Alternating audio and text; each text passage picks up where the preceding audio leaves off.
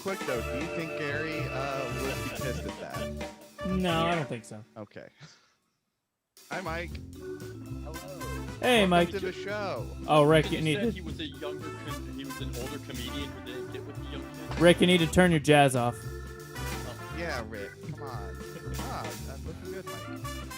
Oh, thank you. Can you hear me okay? I Yes, can. we can. And I'm going to start recording, and we are recording in Zoom. And we're going to go From an live. undisclosed location. Oh yeah, we're Yeah, what is that background noise I hear? Anyone hear Is it an airplane? anything? Yes. Yes. Are That you was on an airplane, Mike? Are you outside right now? in an airport. I am outside. What's going on? Well, we'll get into it. So the tables have turned, Rick Jenkins. Are we... Oh wait, yeah. Allowed to One be sec. outside. All right, we're going live in 3, 2, 1. Hello and welcome to the Comedy Studio Podcast, The only only podcast. Oh, I'm your host, Danny Hatch. Your other host is Eli Levy. Welcome to the show, Eli. I think we just did the English language a huge disservice. No, we did it a service, if anything. Eli and I learned something unsettling about ourselves right before the podcast started. Very unsettling. We made the papers. This podcast got a write-up in Cambridge Day. Rick told us 5 minutes before the recording started. And Congratulations. thank you so much, Mike. Yeah, they give their opinion of comedy and talk down some of the established stars.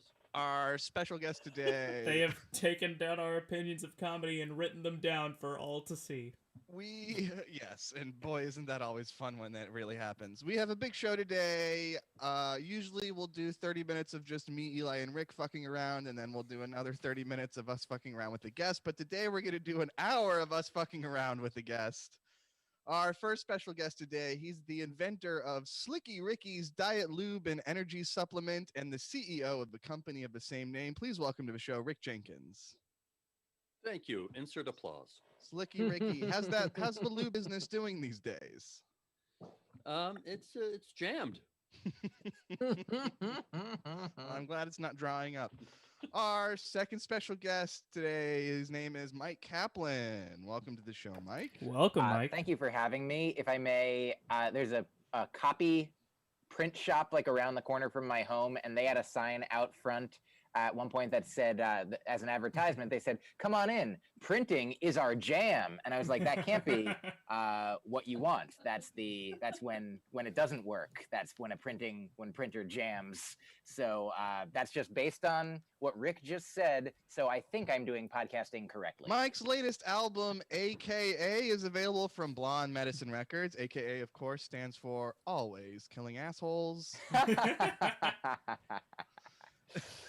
Thank you, And Danny. it's from what I haven't listened to it yet. It's on my list. From what I can gather, it's an hour of jokes about the Bobcat Goldthwait movie, God Bless America. I mean, if that gets you to listen to it, what a wonderful every movie that guy has made that I've seen is fantastic. So you could do a little worse than to have an hour of comedy about a Bobcat Goldthwait movie. We'll see how much Bait and worse we can switch. do by the end of Police this Academy episode. 2 is ripe for plucking. A You ever see, Bobcat Goldthwait created movie. Hot to Trot. Yeah. Hot to Trot was a talking horse movie. I starring did not mean Bobcat for this to Goldthwait. become a part of the show. He got You that movie. He started got to it. do Shake. I think it was Shakes the Clown. He got to do Shakes the Uh-huh. Clown for the exact budget that Hot to Trot brought in. So that was kind of the deal of like, all right, Hot to Trot made like $3 million. You can have $3 million to make your own movie. That's a really great story. And then his career took off. Mm-hmm. Or tanked, depending on how you look at it. Yeah. I think his career is good now. So I mean, to take off, you need a Yep. fuel tank. Yes, You he know, had a a- great career. A great Has lesson. a great career. And a I'm not great going to say anything lesson. critical about other comedians in case anything gets printed in the press now. There is a great lesson in Bobcat Goldthwait that Mm. I really take to heart. Because he could have just been a comic, doing Comic Cons and stuff. Remember me from the 80s, from the Police Academy movies? He actually went out, got a job for a couple years. He was directing the Jimmy Kimmel show. Like the guy calling shots and everything. so he could learn how to direct, how to be behind the camera much better. And is it And to sort of- ironic? Yes, that to he- sort of humble yourself and say, okay, I'm going to learn the business from a whole different aspect. his think past that's great. experiences with late night. I'm going to be very bold about interrupting you, by the way, Rick. We have a big show today. His past experiences of late night happen to involve lighting the couch on fire, and now he's returning to late night, or had returned already to late night. If you I did watch not the mean Larry, to talk about this. Okay.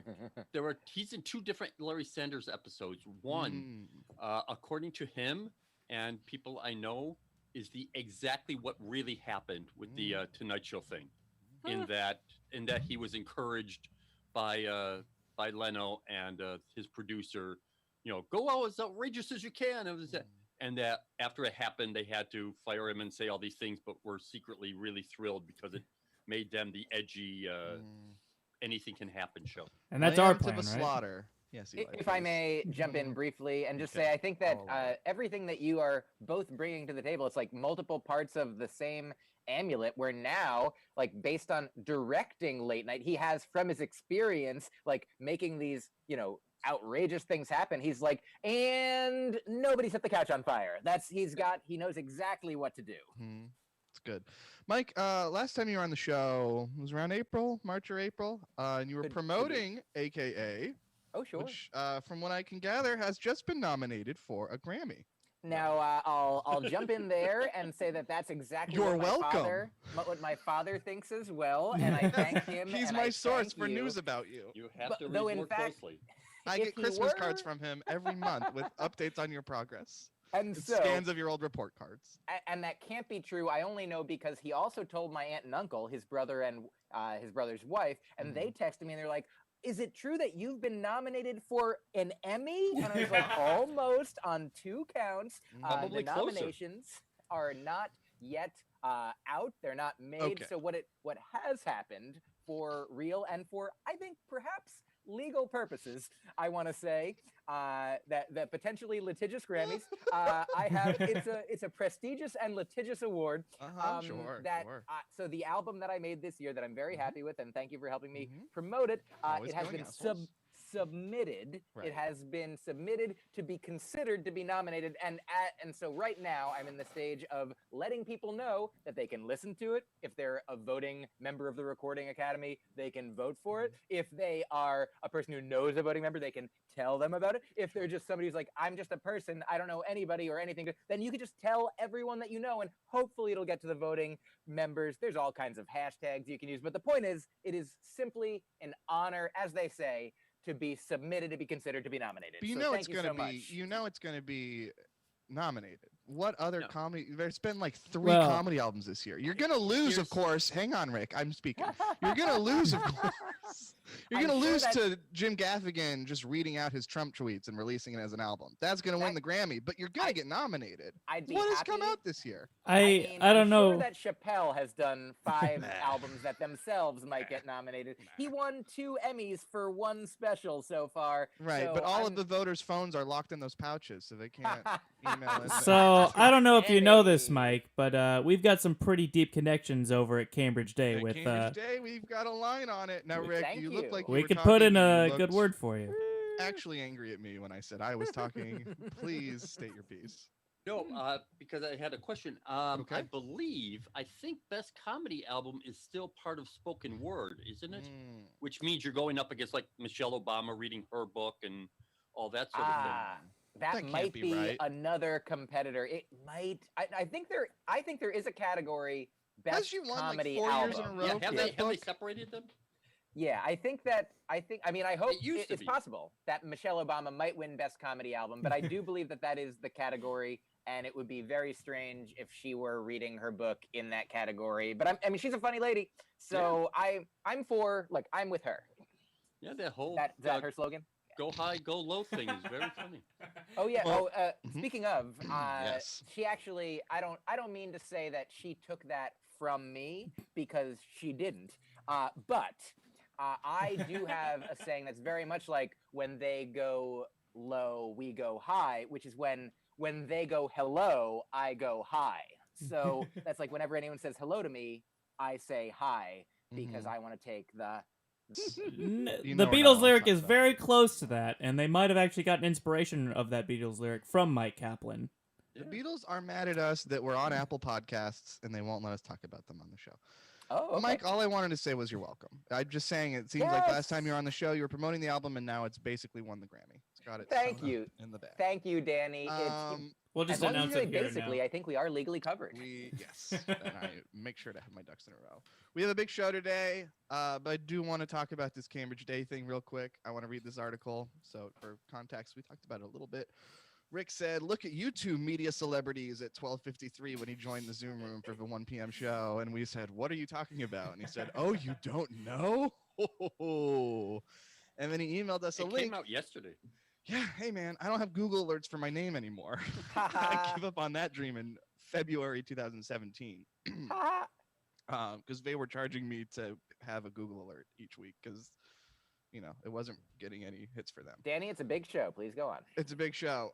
We have a whole article about us in the Cambridge Day publication. I guess Mark Levy listens to the show. Thank you, Mark. Thanks, and Mark. Thanks that the train outside of Mike's house says thank you as well. I'm not going to read the whole article, but I do want to say Eli and I are both quoted, and I do call out Gary Goldman. Quote. Would you? What do you call him out for? It's been harder to fill the studio's own virtual comedy slots, and even seasoned professionals such as Gary Goldman are opting out of Zoom comedy. Booker and podcast host Danny Hatch said, "I'm not the booker. Eli's the booker. Pester Eli." Hey! The article says Danny's the booker. Who am I? Who am I to argue? No. I think you should put it on your business card. Please send all booking requests to danny.hatch@thecomedystudio.com. No. Co-host Eli Levy admitted to being one of the coronavirus dropouts in the mindset of, oh, I should use this opportunity to live some life and not just do comedy. So that's a good quote from you. Yeah, the first part. Mark has it in for me and wants to see Gary beat me up. Eli gets a nice quote about him. But so thank you very much to Mark Levy and Cambridge Day.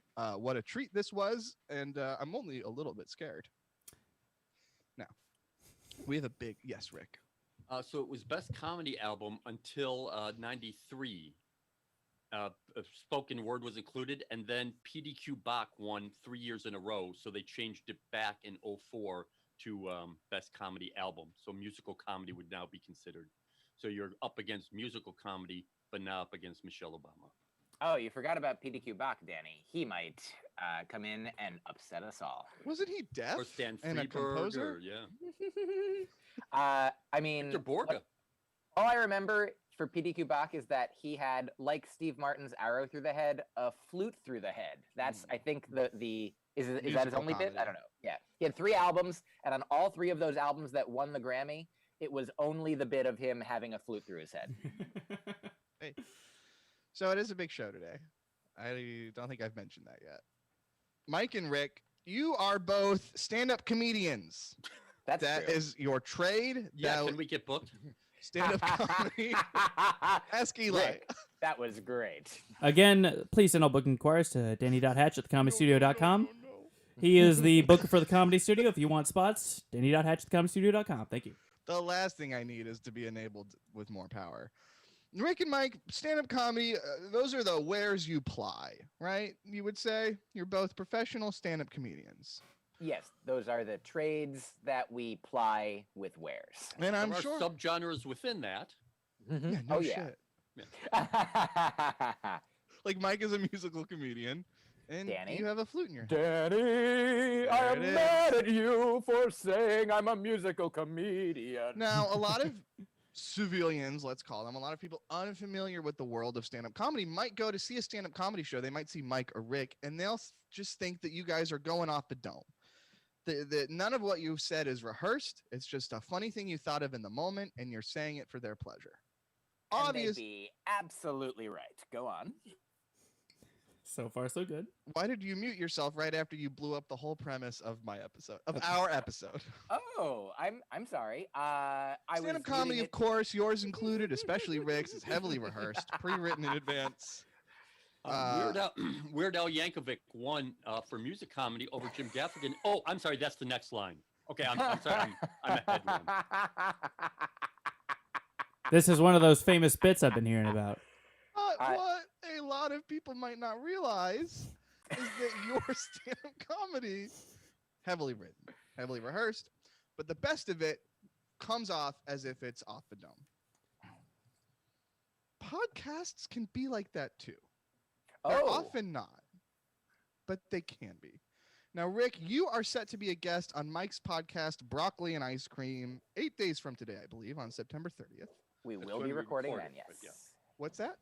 Yes, That that's is when when you're we will be recording. recording it, Yes. yes. So I thought it would be good for us to make like Ray Davies at the gym, work out the kinks. We thought we'd give you a chance to rehearse. Did you actually write that down and think about Not only did I write No, it down no. and think about it, I said it on our first episode back in March when we And then started doing these decided to again. and use it. it didn't get the response it deserved. And Well- now I'm glad we're talking it? about So it. it's actually old. Because negative attention is still attention. If I may, Yes. Danny, the thing that you were just saying Mhm. about stand-up comedy Mhm. being often heavily rehearsed, Mhm. but that podcasts standardly Mhm. are more off the dome, off the cuff, off the top, off of Yes. everything, off the rails. but that- Unfortunately. You were saying podcasts can be prepared and manifested like stand-up comedy, In a perfect world, rehearsed yes. and prepared in advance. And so you've done actually what you say that you can take the stand-up out of the Danny, or you can take the you stand up, you can stand up stomedy, you can whatever it That's is. me. Stand-up The stomedy, point my here is stage name. you tried a bit Mhm. on a podcast in the past, and now you tried that very same bit Yes. again, which is the epitome Yes. of what stand-up comedy. You are doing stand-up is- podity. This is what we call a teachable moment. Haha. Now, in a Andy. I'm just now, here. Yes, Eli. I'm just here to learn from professional Grammy submitter Myq Kaplan. No, Eli, you're here to teach today. Now, in a perfect world, podcasts could be rehearsed too. So I Like, we'll thought experience some life. today. Wait, who's experiencing life right now, Rick? It's like, Eli should be. it's like 8 I months should worth be, of but March I'm- now. That's what he's taking his time for.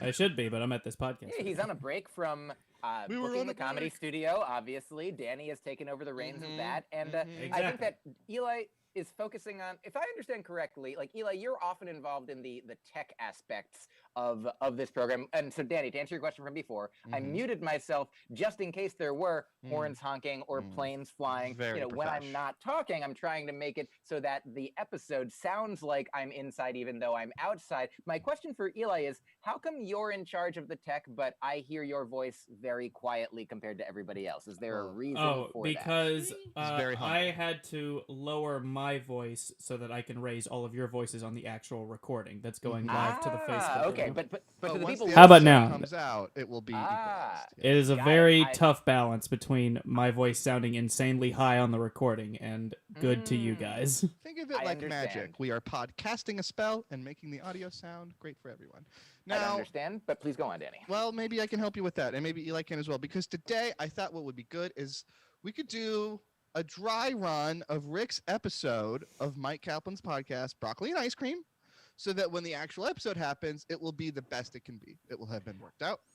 Our negative impulses, be them what they may, will have been discouraged by now. We are by then. we are sacrificing this episode for your episode, Yes. Myq. And this will not be released. This is not for public consumption. Oh, This is okay. just a training exercise. Why are we Here go. recording? Unless But the for newspaper writes reference. it up again. Why are we broadcasting live to Facebook? I like everything that's happening. Here's a couple Good. things that I'm going to say Okay. first. I like that we're going to do a dry run Mhm. because what I don't know that if you know this, but I do call my podcast recordings wet runs. Obviously, that's you want to. What is it? No, it's, what is it's just that because for? Rick is a lube It's man. war. War. It's a wet ass run. I like that. What is it good And- for? Oh man, Right? Remember Danny. from when we used to have a comedy club and be in business? Now, and play music that was copyrighted? Now, Okay.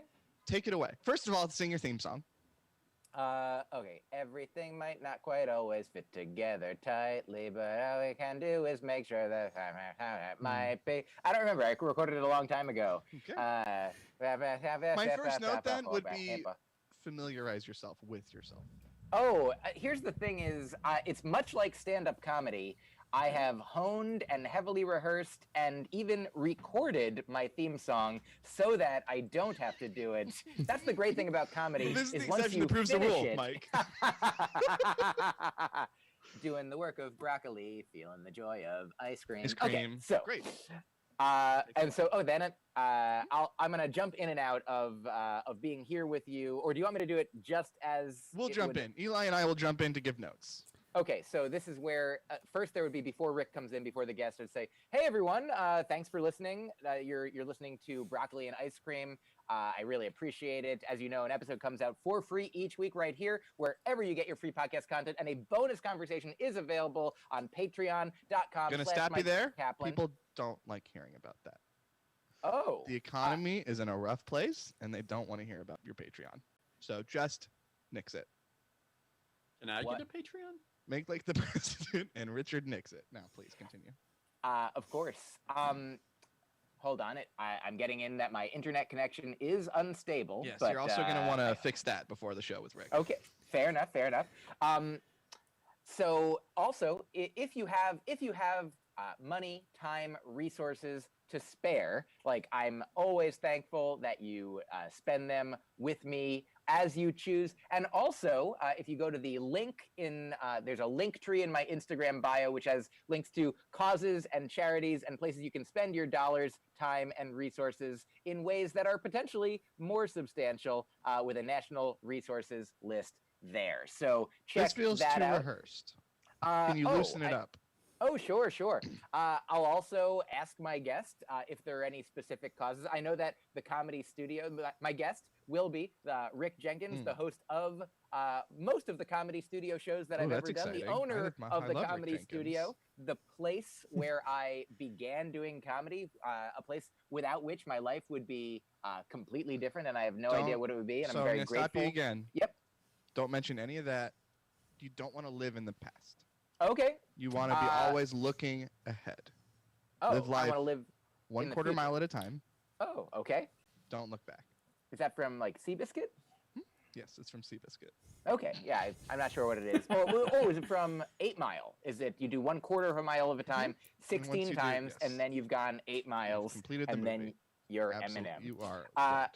So one thing that I know that in the future, once there are live comedy shows again at the Comedy Studio, each month the Comedy Studio will select. I'm in the future. I'm listening, taking your notes. Yes. Will Thank select a charity that each month they collect extra money that people have available. We and actually stopped contribute doing to. that. Okay, well, but it's something that did happen. But now we do and shows for them. Could happen. Oh yeah, Mhm. but I'm saying in the future might That's true, happen and again. I'm not. Now I'm looking backward, and that's always Yes. good to be reminded of my own teachings. The Danny, important remember what you thing. said in the past about not listening to what you said in the past. You're right. Thank you. I think you should bring your and- guest in now. You've Oh, yeah, done so I'll enough be- preamble. excited to find out from my guest. Actually, hold on a minute. what- I got a note for Yes, you. Eli, please. I think you should actually stall for your guest a little bit more. I think He you might should. be late. He tends to run late. On No, these I shows. think you should just. So You should make put the batteries guest. in this mic. You should make the guest wait as long as you can possibly, and make them miserable. Okay, we'll try that. I will listen to that note and I Okay. will decide whether I am going to take it and apply it or not. So That's good. That's we'll, good. we'll see. The- So far, it is maybe what's been happening. So I think that you have taken your own advice and made my guest miserable. And so here I am to level the playing field back up to unmiserable my guest. Please welcome Rick Jenkins. Thank you for doing the show. And Sorry, another I'm note, late. Mike, get rid of the live studio audience for your podcast. It's not safe. Thank you, Danny. What's a link tree? Is that different than just a list of links? Good place So to there is a start the specific interview. website called Linktree, Hmm. and they help you. So as you may know, on Instagram, you can have one link in your bio. So a lot of people would be like, "Hey, come to I'm trying to get people to this show, so check out the link in my bio." But if you have many shows or many different things that you want to put links to, you can't put them all at once, but you can put them all in a link tree and then put the link tree as the one link in your bio, and that is what I have done. Ah. Have we done that? Who are you? You're on Mike's show right now. Oh, I will We're check not with. here, Rick. It's just you and Mike. Mike, do you know if the Comedy Studio has done? I will say that you're doing a great job right now. Tech supporting with your guest is perfect for your podcast. That is a great question, and as soon as we're done with this episode, I think one or both of us will reach out to the Comedy Studio booker Danny, Yes. the Comedy Studio's life liver, out there exploring the world during the pandemic, taking this time to eat, pray, and love himself, Eli Levy. Is Eli Levy related to Mark Levy, by the way? No. Yes. Oh. What about my childhood best friend Jeff Levy? Oh yeah, I know him. Okay. He's also my childhood best friend. What about the Schitt's Creek folks? They pronounce it Levy, but is that just to remove themselves from being associated with you, the Levy family? The Stephen Levys do not associate with the Eugene Levys. Thank you very much. It's a very sore subject, and I wish you wouldn't bring that up. What about the Led Zeppelin song "When the Levee Breaks"? Are you related to that? It must be. That's a very funny comedian, Dan Levy. Dan Levy. Oh yeah. Dan Levy. Yes. Yeah. You know, Dan Levy and Dan Levy. Okay. And they're very similar in like if one of them committed a crime, then they would both be in the lineup for sure. And now let's get back into broccoli and ice cream now. Yeah, I mean, that's a great question, Rick. Here's a question. I know that you, from seeing you do stand-up, once talked about the fact that your legal first name is Rick, and that your middle name is James. Yes. And so were you growing up, was Rick James famous at the time, or did that come later, and how did you feel about it? Yes, I was born in '61, so yeah, it was. I was in my late teens, early 20s. But Rick James grew up about 5 blocks from my house, so he was seen in Buffalo. He was seen more as like a local hero. I don't think we realized how big he was nationally. It was just like, oh yeah, that one of us has gotten a record deal. Just gonna jump in real quick. That was really good. My only note: you were not. You say you were born in '69. It's funnier. Other than that, though, that was a great run. I don't know. I think that's trying to go dirty. So trying to build on that elevate energy. this. I would suggest Oh, starting. you're elevate it. Oh, okay. Please, by all means, elevate it. Yes. I would say that you should start your backstory with "It all started a long time ago."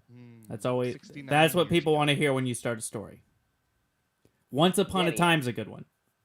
I'm gonna be very excited when you turn 69 years old. Oh, I'm not gonna make it that long. Are you kidding me? That's why I'm gonna be so excited. Prove you wrong today. You have it here. Here's the thing, Rick. I'll tell you as the guest on my show, and for my listeners, of course. Later, you're the only one here now. I'm in character, right? Okay, right. In the year, I think 1999, it might have been 1998. I made a bet with a friend that will come to fruition in the year either 2048 or 2049, whatever it is, 50 years after we made the bet, because it was my friend Dave at Brandeis University. And he, at the time, Brandeis was maybe like, I don't know, it was in the top 50 schools on like whatever the U.S. World Reports rankings. And number Dave one was Jewish like, school. Oh, for sure. And I mean, it is technically, I think, a secular school that does do you know how many Jews there are at the school? Do you know what percentage? Yeah, I do. I would guess 80, 90. I'm gonna jump in here because we're heading into some dicey territory. No, so Mike, no. We just spent a whole time talking about Levy versus Mike, Levy. What the? Excuse me. I have the conch. Mike, just say you went to Babcock. It's funnier. That is funnier, but I am going to share something. I'm going to continue to share this and answer your question, Rick. You've walked right into my trap. What I understood when I went there, the good. Jewish population was 50%, which you might think, but it seems like, isn't it supposed to be so much more? But in the general population, like the Jews are like a low single-digit percentage. True. So it's 50 times or 25 times the normal amount of Jews that you'd expect in society. And I'll tie this to comedy. Long ago, I remember somebody who was working as the audience coordinator at the Chris Rock show was in charge of like asked like, "What do you want Which the show? breakdown of?" Fargo season 4? I'm so excited. That New York Times interview with him is wonderful, and I love I'm that sorry show for Fargo. interrupting. I'm But so thank you, sorry. Danny. Check out Fargo, everyone. It's nominated for my Grammy, and It's nominated so- for Gomes. "Welcome to My All right. Grammy" is the new Will Smith song. Here we go.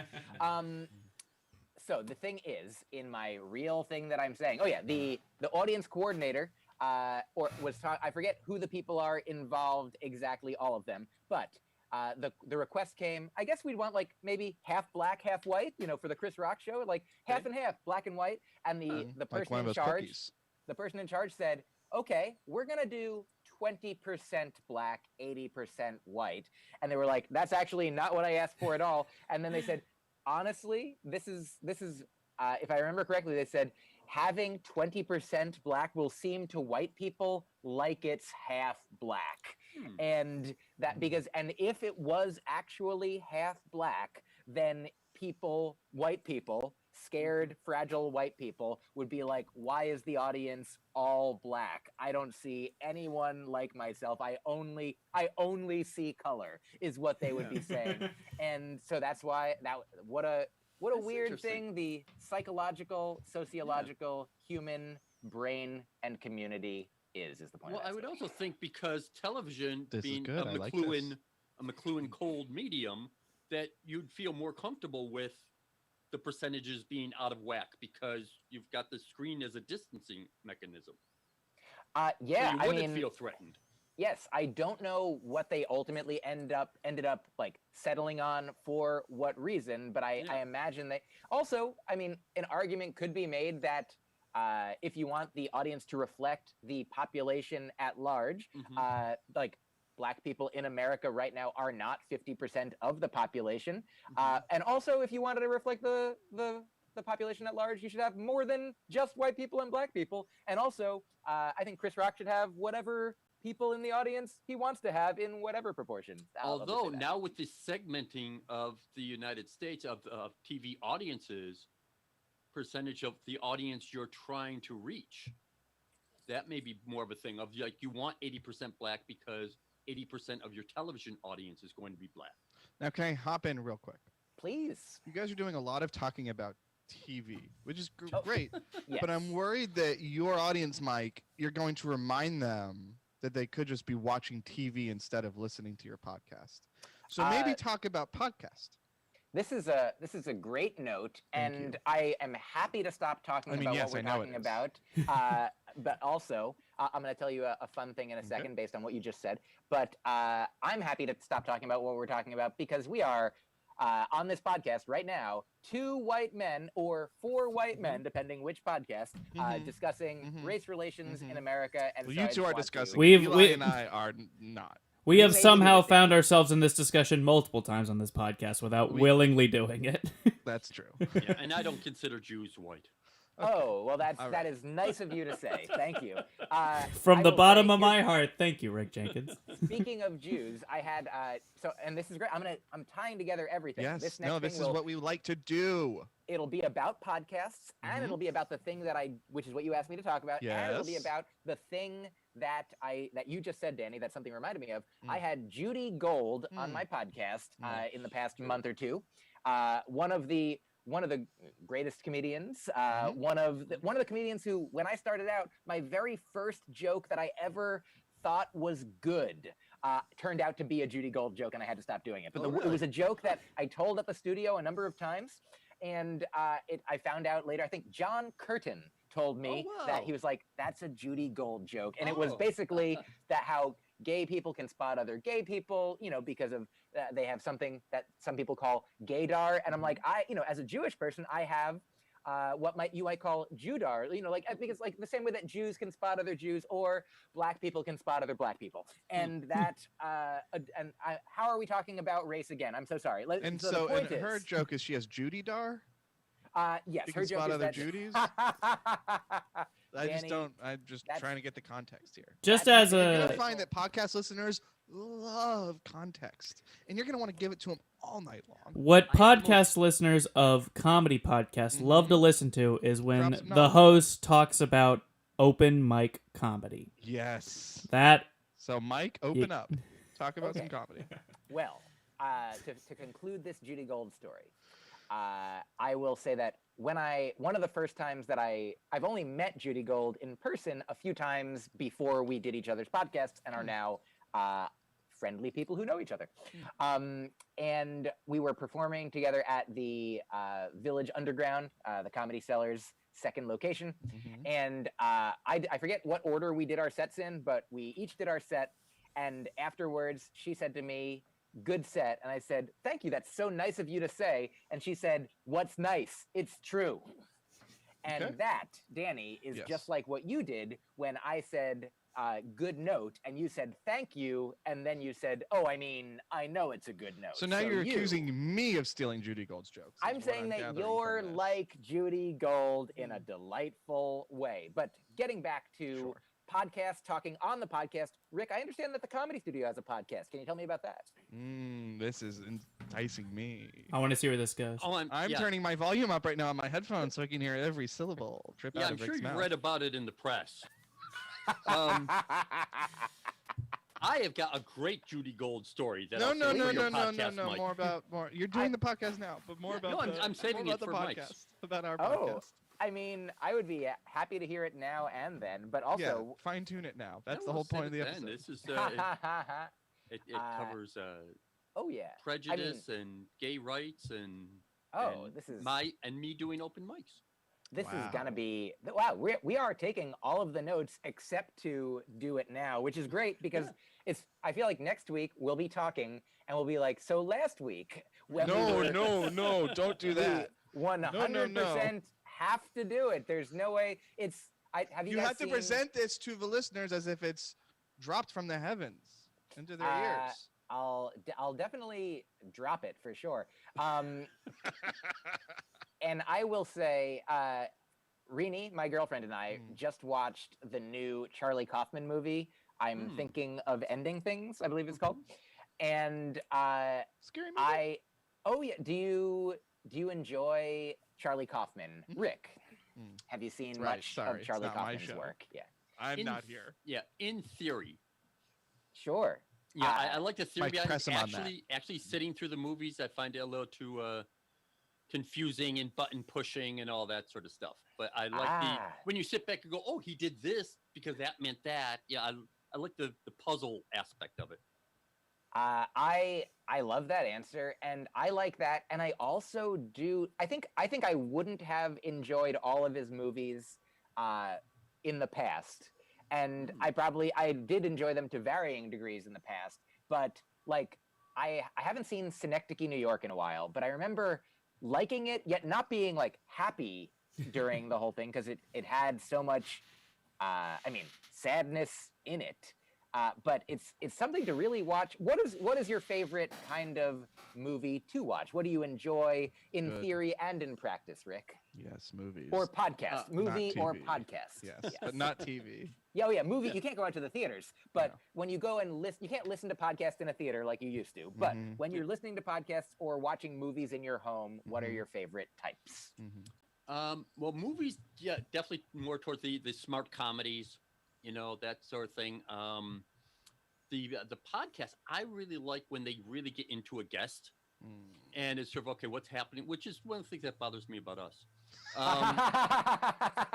Okay, I'm gonna stop you there. I'm gonna stop you there. I'm gonna stop you there. Are you talking about Mike? You and Mike? Wait, actually, us? Would you like Mike to get deeper into it? Because surely you can't be talking about this podcast we're on now. No, this is great. Actually, so this deep is in the guest. It's almost gross. This is perfect, Danny. I want Rick to tell Mike everything that he has a problem with of this podcast. It's true. Okay, yeah. That is great podcasting material. Is what you don't Rick. like about other podcasts. Can you steer Rick in that direction for your? I think it's true of all podcasts. Well, most podcasts now. The style is very. Oh, I just thought of this, and it's all exactly what we're doing today. But so much, exactly. So much of podcast to me, it just seems like an extended improv exercise. And I listened to one with Chris Fleming, and Chris is just an absolutely brilliant person, and the whole thing sounded like a morning zoo thing where it was the host trying to be funny themselves and The guest was just there so that they had a springboard from. Rick is referencing my favorite podcast, Hollywood Handbook, that had Chris Fleming on today, and he's trying to hurt my feelings on purpose. Well, I sincerely here's what I love about comedy and podcasts. And By the way, this bit I'm doing today is I'm sorry to cut you off, but it's my Oh, thank you. It's a rip off of many Hollywood Handbook episodes. Okay, please. Fair enough. Carry on. You know, Rick, I think you as a person who has done comedy for as long as you have, you've seen so many comedians, and the thing that you say at the comedy studio when you're hosting that I love and it stuck with me so much is that when you you're like, I'm here, you're not going to leave thinking like that was the best comedian, or that you're not going to be comparing and contrasting them, because they're each of them presenting their world. They're each presenting the way that they see the world, like comedically, and like some of them might be doing political comedy, some of them might be doing absurdist comedy, some of them might be doing like soul searching, like brutal, honest storytelling. And that all of these people, like, we wouldn't want to tell Maria Bamford, you should be more like Kamau Bell, or Doug Stanhope, you should be more like Chris Fleming. But all of these people, when they're doing their art, and here's the thing, is like the Comedy Studios podcast is a certain kind of comedy art, and it isn't the podcast that you, Rick Jenkins, would create if you were the sole host of a podcast, because you would want to delve deeper, if I understand, into the life. You wouldn't want to do a comedy podcast so much as a podcast about comedy, whereas a comedy podcast is, and I would say that next week when we talk, my podcast will also is mainly geared toward doing what the guest wants to do. Like I want to learn about the guest, and if the guest wants to tell me about themselves, then I want to listen. If the guest wants to show me by joking around a lot, then I will 100% be available for that as well. And so I think here right now, ironically, on this podcast, this outside of the parentheses, on this episode of the Comedy Studio, by focusing in on what you love doing, the way that you love podcasts is something that comes like truly from like, you want truth to be expressed. You want truth in art, in comedy, in podcasts. And so it's good to know that these are your favorite ways for podcasts to go. And here we are right in the middle of a comedy podcast, not being funny at all. Well, I feel like I don't know about that. Can I jump in real quick? I'm so sorry to do this. Mike, when you have Rick on your show, can you not do the thing where you like do whatever the guests want to do? Because I don't want him to get any ideas. I don't want him to come back to our show with like a renewed sense of self and just.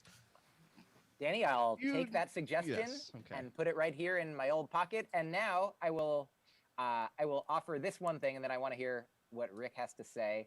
I don't know if everyone listened to Marin had Jerry Seinfeld on, and I think that in a way, the very thing that Rick, that you're pointing to here, like sort of manifested in their conversation, where like Marin, it seemed like, really wants to get to the heart of things, the meat of things, the soul, the spirit, the down. He doesn't just want to have a morning zoo comedy romp. Like, I mean, Chris Fleming's whole identity is a morning zoo comedy romp, at least, when he's performing, for certain. And so it makes sense that he would be as such on a podcast. I don't know if he's been on Marin. I'd be actually very curious to hear how that goes. But with Seinfeld, like Seinfeld is a person who is not, he's not an absurdist, but he is a comedian. And I feel like there were times, hold for plane. Yeah, the plane has been going for like 20 seconds before you said hold for plane. Okay, well, let's take that again. I know we can do it just like stand-up comedy. Mark Maron, when he had Jerry Seinfeld on his podcast, please leave this all in. Mark Maron. Oh, I always do every time. Is endeavoring to, to get to like what's underneath. And Seinfeld is like, there's nothing underneath. Like, he's like, I just do comedy. I'm doing comedy. It reminds me of the conversations that that Seinfeld has with Gary Shandling about where comedy comes from and how deep Shandling gets, and how Seinfeld's just like, it's the material, it doesn't even have to be true. And like it reveals deep truths about Seinfeld that he doesn't want to reveal deep truths about Seinfeld, or it certainly reveals something about him that he does not want to reveal everything about himself. And I feel like he dates 17-year-olds. I mean, he revealed that's what that. he is revealing. Danny, you may remember this when we had Gary Goldman on our podcast. I guess you have an issue with him now. But the guy who directed Gary's special Mike also Bonfiglia. directed Jerry Seinfeld's special. Mm-hmm. And he said when he and Seinfeld were sitting next to each other for a week, just going over editing and talking. And there's a really funny story about that I'll tell you on your podcast. Yeah, I'll tell it now. Mike said that Seinfeld turned to him and said, "Oh, I wish you were 17 and also a girl."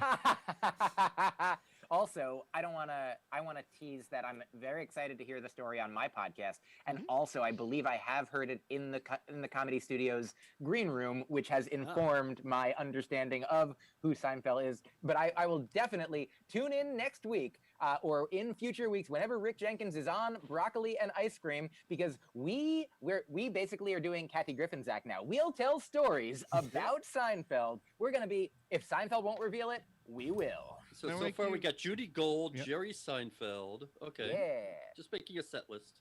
You had Please. something you wanted to say, Rick? Simply in podcasts, I kind of feel like when I'm riffing that it's self-indulgent. Now it might just be myself. You know, Well, that I don't maybe- like, that I don't think I'm that naturally, me just talking off the top of my head. I don't find that interesting. I feel like I need to bring something to the conversation. And we're talking about different styles. One of the quotes I really, really liked was Eugene Merman described his style as being sincerely silly. Yeah. And I thought, like that a lot. because, it's alternative comedy and all that. It's not really digging deep into personal trauma or anything, but in the film, So, Mike, it I'm started sure, as yeah. a joke. They talk about that. I'm sure your ears perked up just now, just as mine did. It seems like you have a real teachable moment on your hands here for Rick, who doesn't think he's that naturally funny, and maybe what he needs is the guiding hand of a good podcast host, which apparently is in me, to show him that riffing can be funny.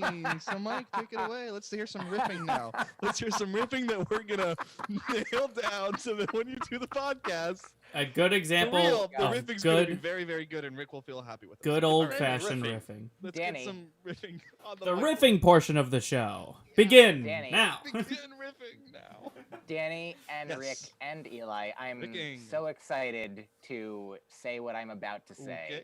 Like, because I believe I'm going to do what you're asking, and also there's going to be a little bit of a twist that's going to bring a little of the riffing energy that you're looking for, You wanna because that's save this? exactly what. Shut Oh up, no, shut no, up, this Rick. is this Shut up. this has to happen here and now. This has to happen here and now.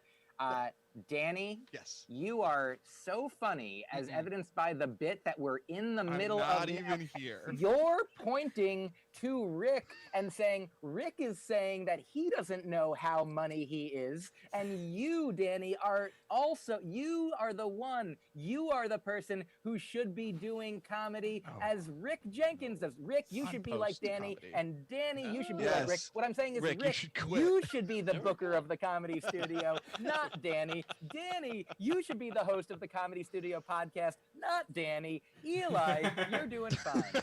Keep living life. We I wouldn't came up have pretty that good on Goldman this in one. the club anymore. See, Oh, here's what yeah. I'm worried about with that, and let's pause Mike's podcast completely. I'm very worried that we are joking about this, and then it's gonna become a thing that Gary hates me because he thinks I'm for, and he's Ooh, then this is Well, yeah. really wonderful. Danny, stop talking for a Danny, okay, Rick. okay. Rick, we have just gotten to a real sincere moment Yeah. from what Danny is all about. But I'm not- Danny I'm not in a a real hurry. fear. A I'm real actually fear. worried. Yeah. I actually have a story that might make Danny What? feel better. Okay. Oh, So, on the very last day Is of it the old... Goldilocks? No, it's not. That always does it for me. But I'll tell you a I'm fairy curious tale to later, too. but okay. But on the very last night of the old Comedy Studio, the very last show at the Hong Kong, we Eugene Merman came by and did a set, and he had a whole bit planned out where he needed cards distributed to the audience members, and he needed them to write down questions. And I misheard what he said and told the audience to do a completely separate thing. And so the entire night of the last Comedy Studio show, I thought Eugene Merman hated me. And I apologized to him very sincerely, like out of Wayne's World where they're begging to be forgiven. And Eugene said these very humbling words that made me feel so much better. He said, "Oh, I don't care." Well, it was the last show at the old studio, so I kind of wish you'd cared enough to bitch you out about it. You know. Now Eugene's No, coming thank you, after Eli. you. That's very nice. It's not the same as me calling him out in the newspaper, but that's still a very nice story. I mean, Thank you. If I understand correctly, from what I remember of what you said in the newspaper, Yeah. you said He Gary doesn't do Zoom Goldman comedy. doesn't do Zoom comedy shows Right. and is a big headliner. I say he has a big head. I And then don't think that's I what said you it's said. as big as an ocean liner. I You're can't misquoting believe you. Danny. Yeah, Danny, that's fake Danny. Now, I think we were about to riff some, so let's hear it, boys. Rick, you start. When you were doing your big time professional podcasting, you were one of the pioneers in the field. How much did you have structured? Did you have points you were going to get to? Did you have questions for the guests, or was it really just turn on the mics and what happened? What happened to you today? That is not riffing, Rick. It's genuine curiosity about another human being. Yeah, gross. Get it out of here. Mike? Danny, do you want to answer? I think he was talking to you. Oh, of course. What I honestly feel like in comedy, in doing stand up, and in doing podcasts, and in doing any art, like in jazz, you know, it would be strange to go see a jazz show and if the band was like doing a bunch of solos, being like, why don't they just stick to the thing that's written, you know? Like there's a place for soloing and riffing in jazz that is sort of like, and structurally built into it. Like obviously if they're doing, you know, a jazz standard, they'll be like, you know, they'll do the head or the hook or the theme, the chorus, whatever it is that like, this is how the song goes.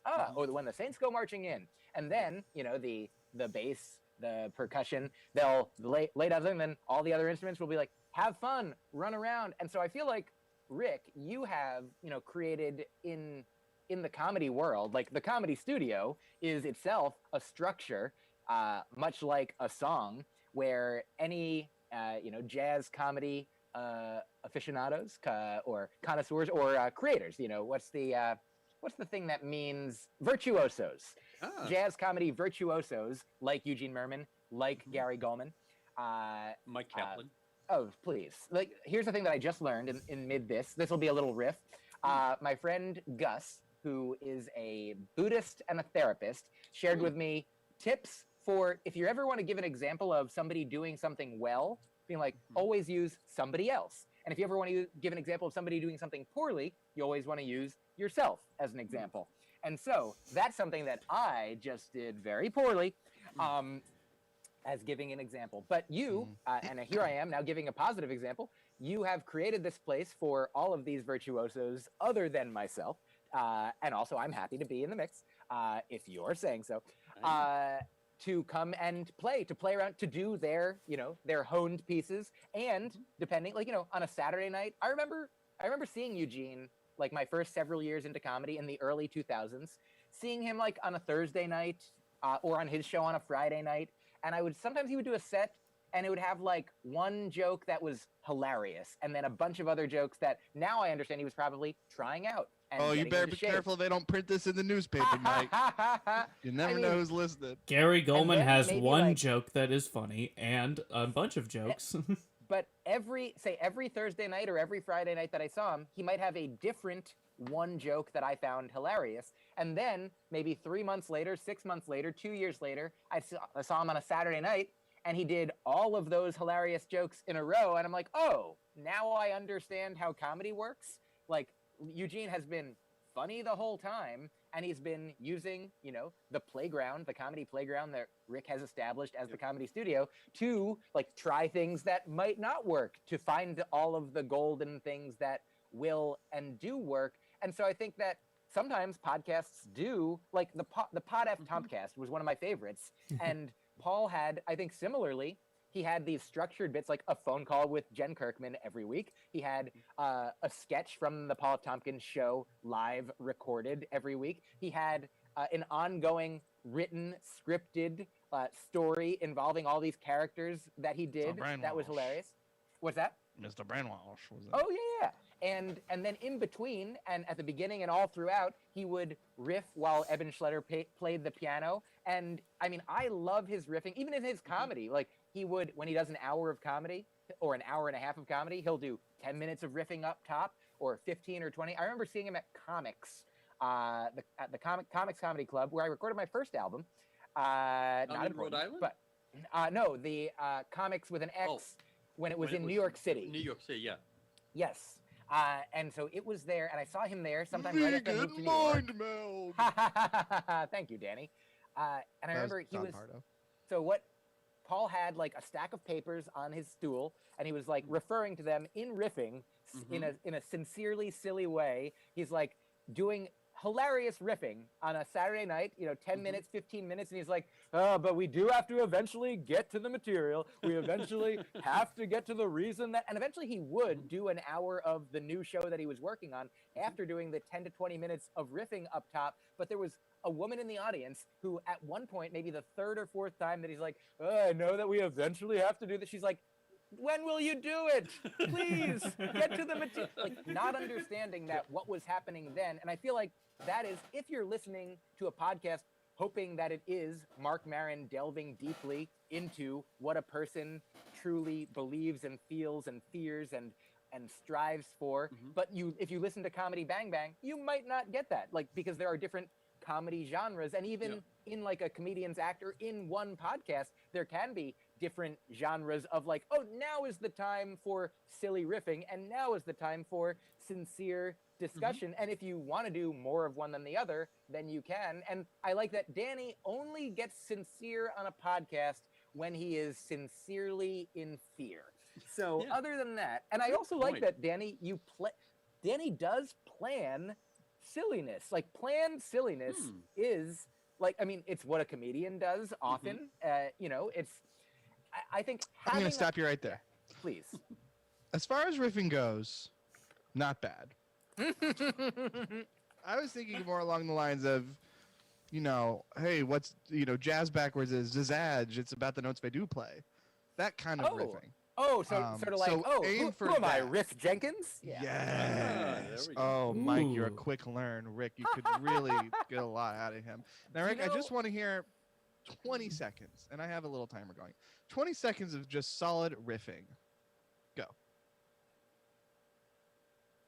It doesn't start till you talk. Okay. So I woke up this morning with my heart beating because I had a cold. Right now, having a cold is difficult because they said, do you have COVID? No. Do you have a flu? No. Then shut the hell up. Nobody cares if you don't have one of those two. But my heart was beating, and then I realized that it was the house painter was putting the ladder up against my window, and that they were actually repainting my my door or my window frames, which made me start realize. Oh, okay. Easy as that. How'd that feel? Well, that's my point. Riffing is part of writing comedy. No, I just feel self-indulgent. I just feel self-indulgent when I'm bringing the writing process to the audience instead of the finished product. But it's a podcast. You're supposed to. I value my audience at all times. All right, so now I think we're coming up to the end of Myq's episode, and now let's hear the plugs. And Rick, this is where you really plug our shit. So this is actually what I most wanted to hear, so that we can make sure we get this right. Okay. I mean, so Myq, technically speaking, I actually when I ask people for plugs, I do it before or after, and I in the intro normally do all of the plugs. Right. So what I'm saying is, do it differently for Rick, please. Okay, Rick, is there anything that you'd like people to know about podcasts you're involved with, your website, your social media, or any charities that you would like to highlight? Do not say charities. Yeah, definitely. It's dated the 21st of September, but Cambridge Day has a really interesting article. You can just go to cambridgeday.com and my guest is Riff Jenkins, ladies and gentlemen. It features folks. And we're clear. That's a wrap on Broccoli and Ice Cream. Take one. How'd it feel, gentlemen? I think that was a good dry run. It could have used some of Slicky Ricky's Diet Lube and energy supplement. I think we could just use that. I think I've learned a whole lot about riffing that I didn't know. Myq, you have somewhere to be, so we're going to wrap this podcast up as well. Although you're outside right now, so maybe you're there already. We like to go around the horn. You've done this podcast 7 or 8 times now at this point. You know what comes next. We like to go around the horn, give a comedy recommendation, something you've enjoyed in the realm of comedy this past week, as well as a local business you might want to shout out who could possibly be struggling at this point in the pandemic still. So Rick, we'll start with you, as is Okay. tradition. For the local business, not that they need any help. I think I mentioned last week that High Energy or is it High Mhm. Energy? Yeah, is doing very well. High voltage? So High I'm very happy about that. Directly across the street is the Market Basket, which I was never Mhm. a big fan of, but I think now that was short-sighted. I stopped in after going to High Energy. With the idea of just picking up some fruit for the next morning, and ended up leaving with a whole bunch of stuff. It's a lot better than I had realized. It is. It's one of the best deals in town. Yeah. Okay. So, and that's your comedy recommendation, or? No, that could be The comedy people you see at the recommendation. market basket. Now that's the comedy recommendation. All right, Rick, hit me with a. And for Hey, the us with a comedy comedy recommendation, the Comedian's Comedian is a podcast out of England that we are now Fantastic. listed on. Yeah, and they had Gary Goldman on, and I I listened to that because he mentions us. Someone gave me a tweet or an alert or whatever saying, "Oh, he mentions you on it." So I listened to it, and it's really good. I've gone back and listened to episodes. They have some of the people we know of, Sam Jay and some of the comedians who have become famous out of our place, but mostly it's English comedians that I really don't know whether they're famous or great or whatever. It's really fun just listening Like- to comedians without classifying them. They're just Jimmy comedians. Seville? Probably. So it's comedians on Apple, iTunes, Spotify, wherever you get your podcasts. That was Or great. the ComCom Pod, I believe. If you search for that, you'll find it as Yeah. well. Great. May I go? Please do. I will first of all co-sign, like, Stuart Goldsmith, the host of the Comedian's Comedian podcast, is a hilarious comedian. I met him when I was in Edinburgh 2 years ago, and his hour that I saw then is fantastic, and I think that was his 8th Edinburgh hour. And he's just delightful, and I was thankful to be a guest on that show as well. So I'll co-sign on Stuart, also on Gary. My mom just asked me the other day, who's that comedian who talks about depression again? And she was not talking about Gary, Talking but about me. yes, I mean, of course. She has not yet seen The Great Depression, but I have recommended to her that she do. And I recommended to all as well. For me, Well, we lost Rick, but Did but I you- think we're all okay. Glad he gave his glad he gave his Recommendation. Yeah. Yes. I guess I'll take I his watched name off. recently you're familiar with the comedian Russell Brand. Mm-hmm. I watched an episode of his podcast that he put on YouTube for free, where he talked with Brene Brown. It is really powerful and meaningful, and there's definitely funny things in it. And he is a comedian, so I'll say that that's a comedy-related suggestion of a thing that I watched recently. And I will also say, for a local business, I'll do a business local to where the comedy studio is my friend Shelley's letterpress store, which has cards and other letterpress printed things available online, called Albertine Press, a local Cambridge business. Albertine Press. Great. For my local business, I'd like to recommend Albertsons, the grocery store. And for my comedy recommendation, there's this great show on Hulu. It stars these two women who play themselves in 7th grade. Maybe you've heard of it. It's called Penis 5. It's Danny, so hold on a second. Very It's funny. Yes. Not exactly. What? I don't think that's the Excuse me. I'm trying to give my pronunciation, recommendation of Yeah, Penis fair 5, enough. a Hulu Oh, exclusive. Danny. The show's called Pen 15. It's hysterical. It's these two women who are in their 30s playing 7th graders, and they're surrounded by actual child actors. And it is super funny and heartfelt, and I highly recommend it. All right, Eli, take us home. Okay, my comedy recommendation is the sanctioned UFC fight between Gary Goldman and Danny Hatch. That'll be happening next week. Yeah, lots of punchlines on that one. Okay. And what's your local business? The hospital for me? Now, my local business is going to be Charlie's Pizza down the street from me. It is amazing. And Well, thank Charlie is a nice man, and he leaves me extra slices when I come right at closing time. Oh, that's nice. Well, thanks to Charlie. Thanks to Myq Kaplan for joining us today and doing a dry Thank you run for of his having me. podcast with us. Ha ha ha. And have fun doing your thing too that you pushed back a few minutes for us. Thank you, Danny. Thank Take you. care. Bye. So Goodbye long. and thank you. It was really fun. Yeah. Okay. You leave so we can do a debrief now. Myq. Oh, okay. I leave.